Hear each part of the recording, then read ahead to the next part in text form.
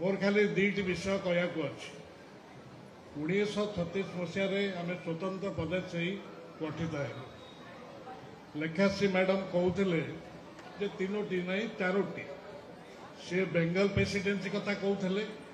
मुझे नोमेनक्लेचर नहीं मोर टे सन्देह अच्छे पर चेक करी मद्रास प्रेसिडेंसी एवं एपटे सेंट्रल प्रोविंस आम 1905 बंगभंग हो गला आम बिहार ओडिशा सहित रही किंतु गोटे कथा मूलबुद्ध मधुसूदन दास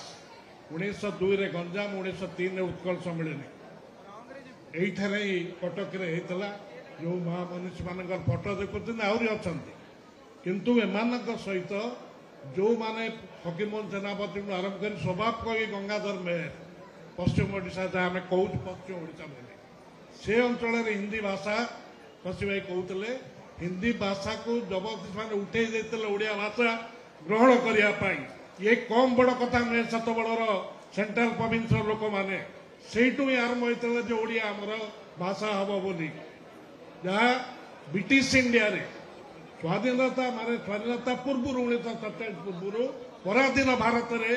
आमे हेरु प्रथम भाषा भित्तिक राज्य आम पर सिंध प्रोविंस है सेकेंड लैंग्वेज पे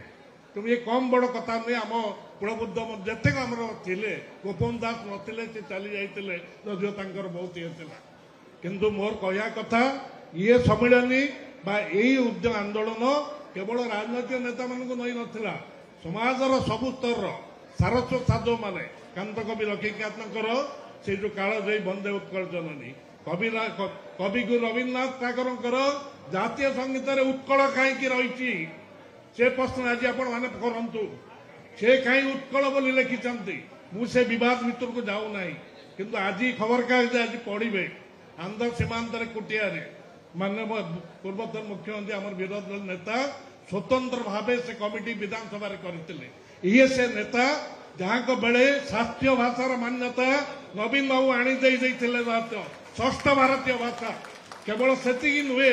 विश्व ओडिया भाषा सम्मिलनी जहाँ हेरिटेज कैबिनेट रे प्रथम श्री जगन्नाथ क्षेत्र में मुख्यमंत्री एबर मुख्यमंत्री अध्यक्षतार हेरिटेज कैबिनेट होता कौ सरकार करते तारी फलस्वरूप आमर विश्व ओडिया भाषा सम्मिलनी है ये थिला आमर ओडिया अस्मिता किए बाधा बजातु से दुख करार ना दुख करार कौन से दुख ना आम नेतृत्व में अच्छु दल को मजबूत करवा दल रे समस्त अपरिहार्य इंग्राजी रे जहाँ कहते इंडिस्पेंसिबल समस्त अपरिहार्य समस्त एकाठी है दल सुदृढ़ हम आज मुक्त कंठे मुझे मतांतर मनांतर भूली जावा एवं आगे नवा दल को नेतृत्व में धन्यवाद। बंदे उत्कल जननी।